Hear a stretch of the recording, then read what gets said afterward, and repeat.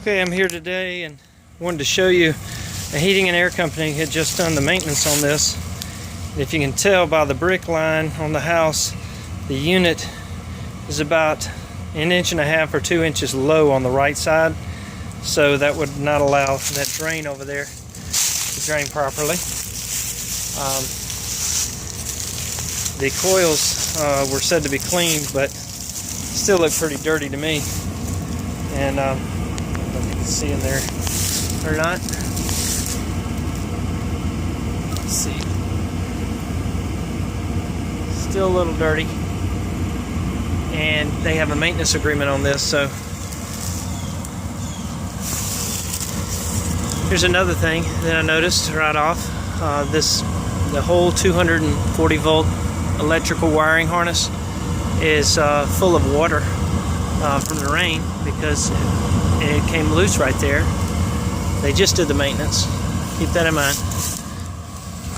Here's a gas line, not secured properly. It's not ran properly in any way, shape, or form.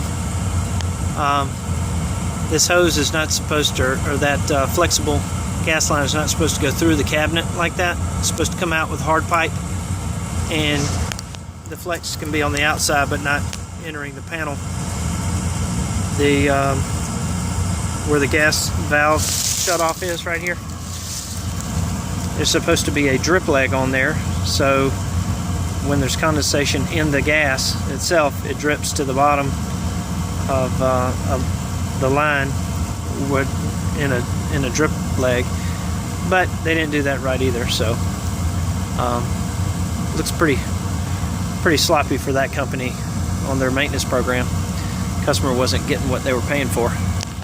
Pretty much got nothing. In 60 seconds, I named 4 things that I see that are